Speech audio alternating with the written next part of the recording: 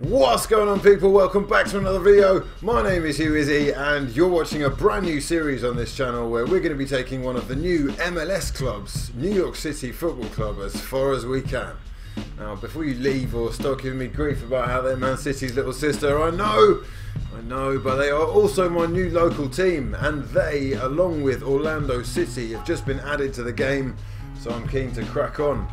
Some of you won't have been that interested to see a straight up MLS career mode.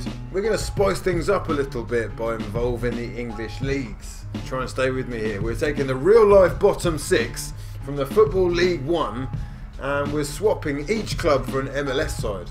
Then the real life bottom six in the Championship have all been relegated to League 1 so that they actually have a chance of promotion and still being involved in the game, which means that starting from now, 6 of the smaller clubs from League 1, which we probably wouldn't have seen that much of anyhow, are now going to be in America, and 6 specially selected MLS clubs are going to be making the move to England and the Championship, where they'll have the chance to achieve Premier League and ultimately Champions League status. The 6 chosen clubs are the last 2 winners of the MLS Cup, that's LA Galaxy and Sporting Kansas City, the 2 new clubs, New York City Football Club and Orlando City, and the 2 most financially suitable as chosen by the Commissioner. That's now me. Seattle Sounders and Toronto FC. As we're a club owned by the City Group, I say we, who own Manchester City, we've had a little help with our budget in year 1, and it's not that much.